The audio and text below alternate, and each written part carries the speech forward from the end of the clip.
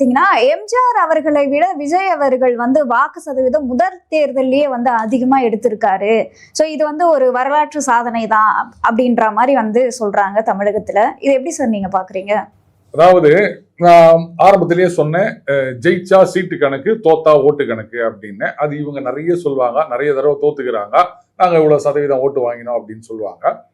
எம்ஜிஆர் அவர்கள் 30 something, communist ஒரு 2 something, 33% வாங்குறாங்க. ஆனா எத்தனை சீட்டு வாங்கினாங்க? அவர் இந்த மாதிரி வந்து நீ வரியா, காங்கிரஸ் நீ லெட்டர் கொடுக்குறியா அப்படின்னு எல்லாருக்கும் லெட்டர் அனுப்ப வேண்டிய அவசியம் இல்லைல்ல. அடிச்சு மெஜாரிட்டியில வந்து நின்றார்ல அவரு.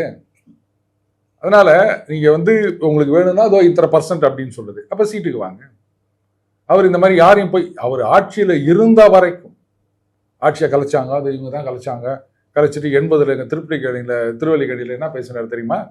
எல்லாத்திலையும் நாங்க தான் ஜெயிக்க போறோம், எம்ஜிஆர் என்னுடைய நண்பர், அவரு